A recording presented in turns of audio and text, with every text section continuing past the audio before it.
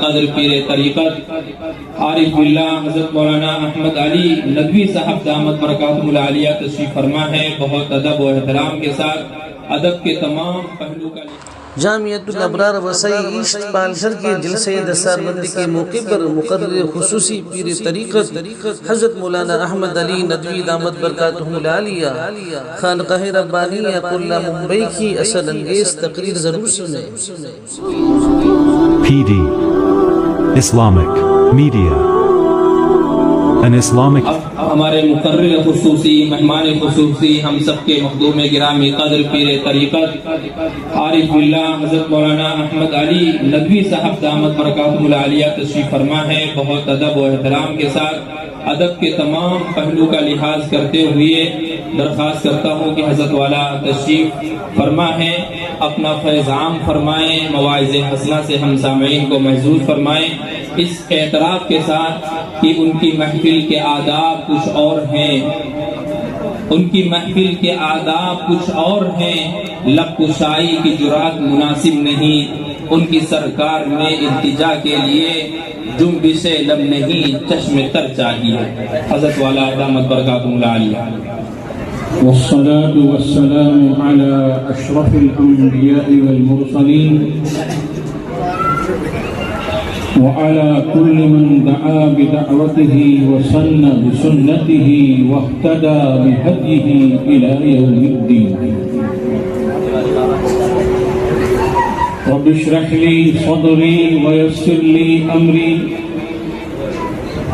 واحلل عقدة من لساني يفقهوا قولي.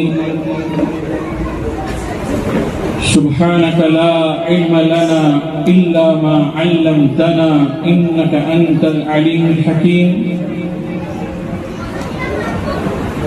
اللهم لا فهم لنا إلا ما فهمتنا إنك أنت الجواد الكريم.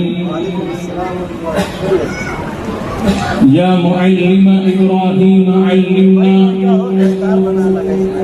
ويا مفهم سليمان فهمنا. اللهم علمنا ما ينفعنا وانفعنا بما علمتنا.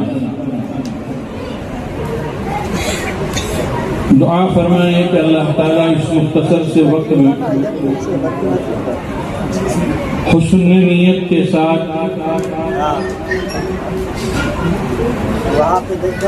صحیح بات کہنے کی، اس کو سمجھنے کی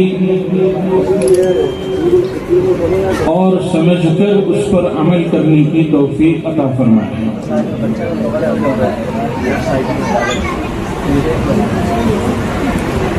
داعش پر موجود قابل قدر علماء کرام،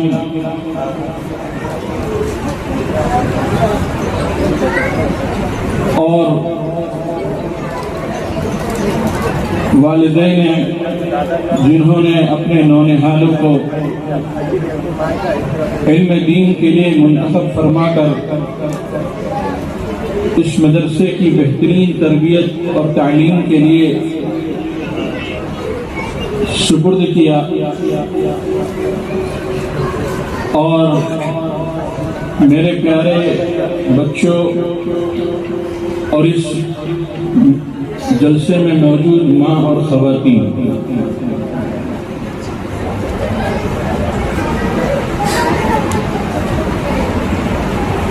میں اپنی گفتگو کی شروعات اس واقعے سے کرتا ہوں جس کے اصل مخاطب ماں اور بہنیں ہیں، اور ہمارے والدین ہیں، یہ بزرگ حضرات ہیں، یہ مرد حضرات ہیں جو اس جلسے میں موجود ہیں۔ ندوے کے طالب علمی کے زمانے میں عموماً عصر کی نماز سے لے کر مغرب کا وقت اگر حضرت مولانا علی رحمۃ اللہ علیہ ندوے میں تشریف فرما ہوتے تو ان کی خدمت میں اور ان کی مجلس میں بیٹھنے کی سعادت نصیب ہوتی تھی، اور اگر حضرت رحمۃ اللہ علیہ کہیں سفر پر ہوتے تو میں حضرت مخدوم گرامی حضرت مولانا محمد منظور صاحب نعمانی رحمۃ اللہ علیہ کی خدمت میں میرا وہ وقت گزرتا تھا. ایک ہی شوق تھا بزرگوں کی زیارت کرنا، ان کی ہم نشینی اختیار کرنا اور ان کے ارشادات کو سن کر اپنی بساط بھر اس پر عمل کرنا.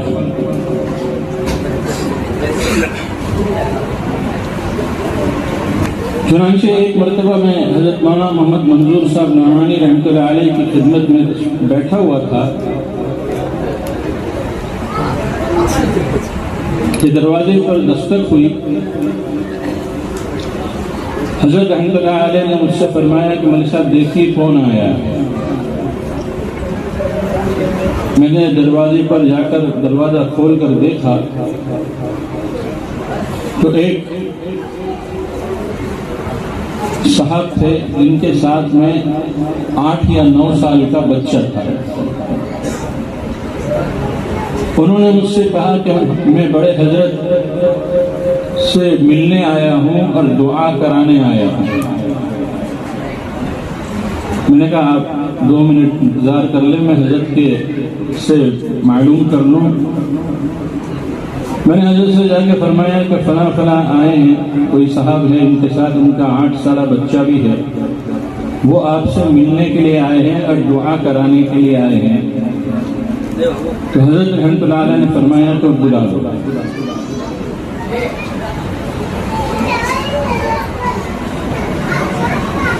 میں ان کو لے کر اس حجرے میں جو بہت چھوٹا سا تھا داخل ہوا. ان حضرات نے ان صاحب نے بہت ہی عقیدت اور محبت کے ساتھ حضرت کے ہاتھ کا بوسہ دیا، پیشانی کا بوسہ دیا اور اپنے اس بچے سے بھی کہا کہ حضرت سے دعا لے لو.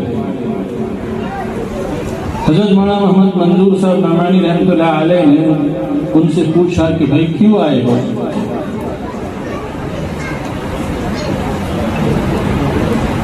تو ان صاحب نے یوں کہا کہ حضرت میں اس لیے آیا ہوں کہ میرے دل میں یہ تمنا ہے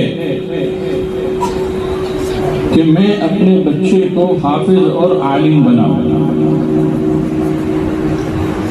اور میں آپ کے پاس دعا کے لیے آیا ہوں کہ آپ دعا فرما دیں کہ میرا بچہ حافظ اور عالم بن جائے. آپ یقین جانیے کہ اس اخلاص سے نکلی ہوئی اس بات کو سن کر حضرت مولانا محمد منظور صاحب نعمانی رحمۃ اللہ علیہ کی آنکھوں سے آنسو جاری ہو گئے اور ہچکیاں بن گئی. تھوڑی دیر پورے کمرے میں سناٹے کا ماحول تھا. اس کے بعد جب حضرت رحمۃ اللہ علیہ کو تھوڑا سا اطمینان ہوا تو حضرت نے فرمایا کہ میرے بھائی تم نے بہت بڑا فیصلہ کیا ہے، بہت اچھا فیصلہ کیا ہے. یقیناً آج کے دور میں اپنے بچے کو حافظ اور عالم بنانا دراصل اس کی اور اس کی نسلوں کے ایمان کی حفاظت ہے.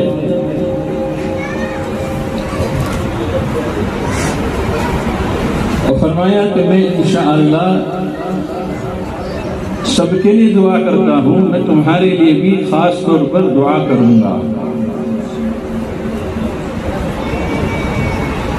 اس کے بعد حضرت رحمۃ اللہ علیہ بچہ تھا 8 سال کا، تھوڑا سمجھدار تھا. اس سے پوچھا کہ بیٹے بچے کیا تم ابا کے اس فیصلے پر راضی ہو؟